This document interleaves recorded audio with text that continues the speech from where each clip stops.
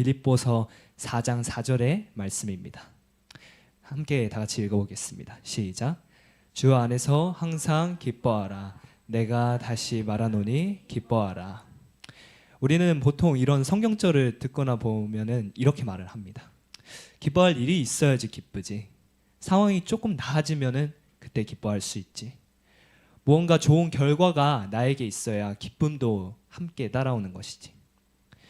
이 말들은 매우 우리의 삶 속에 자연스럽게 녹아들어 있습니다. 기쁨이라는 감정은 대개 외부의 조건에 따라서 결정된다고 생각하기 때문입니다.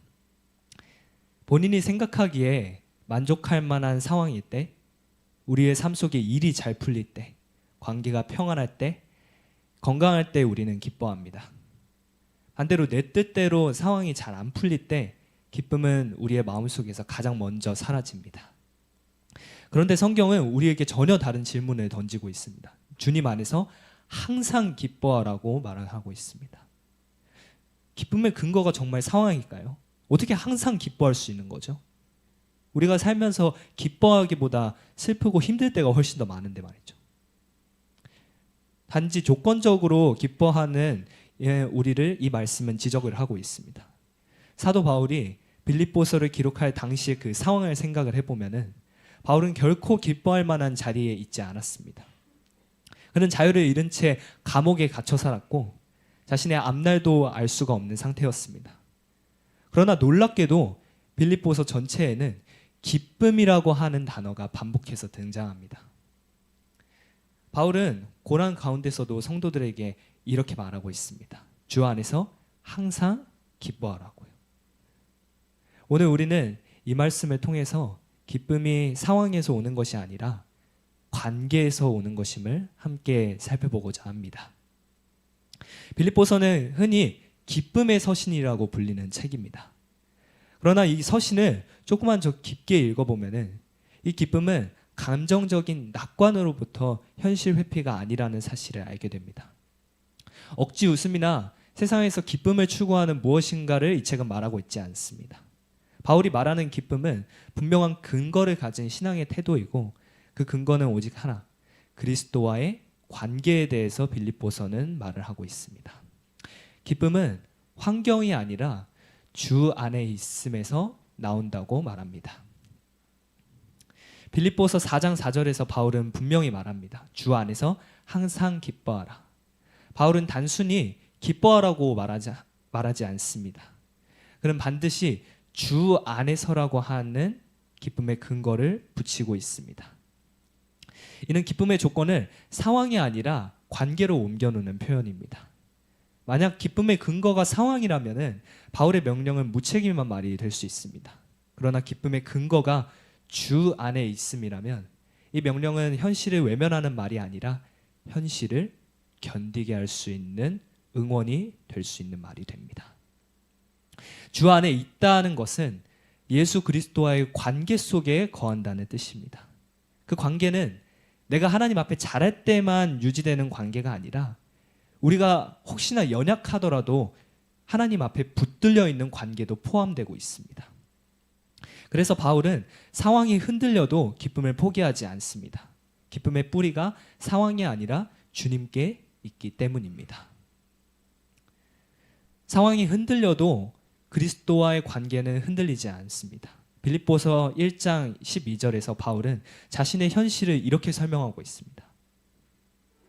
자신이 이제 감옥에 있으니 오히려 복음이 더 널리 퍼질 수 있게 되었다는 것입니다. 내게 사는 것이 그리스도니 죽는 것도 유익함이라.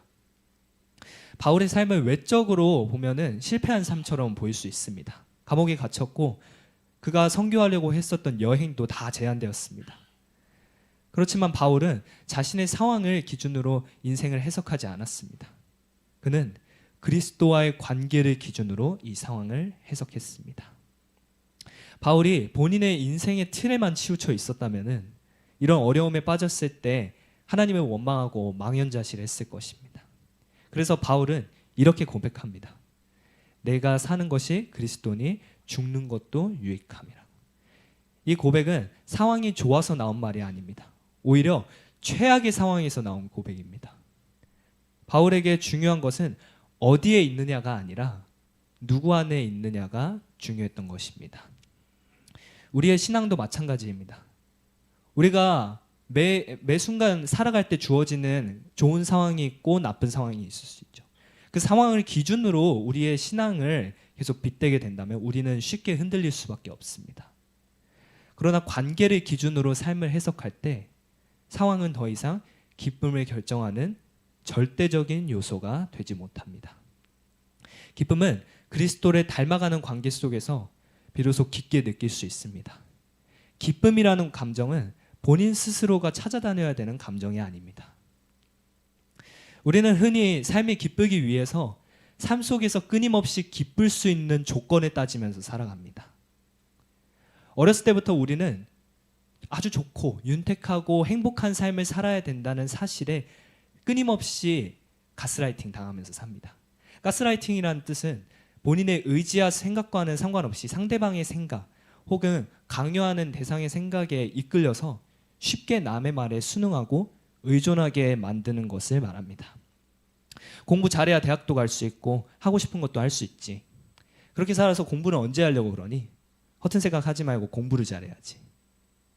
맞습니다. 공부는 사실 내가 어린 내가 후에 어른이 되고 사회인이 되어서 원하는 직업, 잘하는 직업을 선택하는 가장 최선의 길이 됩니다. 또 가장 무난한 길이 될 수 있고요. 그러나 우리는 알아야 됩니다. 우리도 결국 누군가에게는 강요받았던 사람이기에 다른 사람에게, 나의 자식에게 그런 말을 할 수밖에 없다는 사실을 말이죠. 정답은 공부나 해야 할 일, 그 너머의 것으로 나아가 내 지식, 이 사람에게 필요한 말을 해줄 수 있는 것이 중요합니다. 왜냐하면 여러분, 공부는 어느 정도 재능의 영역이 받쳐주는 분야입니다. 따라서 상대적으로 잘하는 사람이 있을 수 있고 못하는 사람은 선천적으로 있을 수밖에 없는 것입니다. 재능은 인생의 성공의 보탬이 되는 역할이 되지만 재능만으로는 인생의 성공, 또 더 나아가서 인생의 행복을 알 수는 없습니다. 여러분, 공부가 필요한 이유를 아이의 행복을 위해서 하십시오. 어렸을 때부터 공부를 안 하는 삶은 한심한 생각이라고 들어왔던 그 틀을 깨고 지금은 그 사람에게 필요한 조언을 하는 사람이 되십시오. 주 안에서 항상 기뻐할 수 있는 방법을 함께 찾아 나가십시오. 모든 일에는 그것을 해야만 하는 동기가 필요하기 때문입니다. 그리고 그 동기는 행동하는 것보다 더 중요합니다. 왜냐하면 내 삶을 이끌 수 있는 원동력이 되기 때문입니다.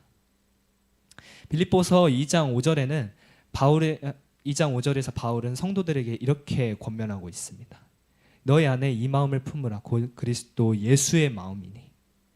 바울은 기쁨을 단순한 감정의 상태로 보지 않습니다. 기쁨은 그리스도를 닮아가는 관계 속에서 점점 깊어지는 열매라고 보고 있습니다. 예수님께서 낮아지시고 자신을 비우시고 순종의 길을 가셨던 그 삶의 방식이 참된 기쁨의 길이라는 것입니다. 세상은 자기 중심적인 삶이 기쁨의 길이라고 말합니다. 그러나 바울은 그 반대를 말하고 있습니다. 자기 중심적인 삶은 오히려 기쁨을 소진시키고 그리스도를 닮아가는 삶은 기쁨을 회복시킵니다. 기쁨은 내가 원하는 것을 다 얻었을 때 생기는 것이 아니라 그리스도의 마음을 품을 때 자라나는 것입니다. 그래서 바울의 기쁨은 얕지 않고 그 깊이가 깊습니다. 그것은 상황이 바뀌면 사라지는 기쁨이 아니라 관계 안에서 자라난 기쁨이 되기 때문입니다.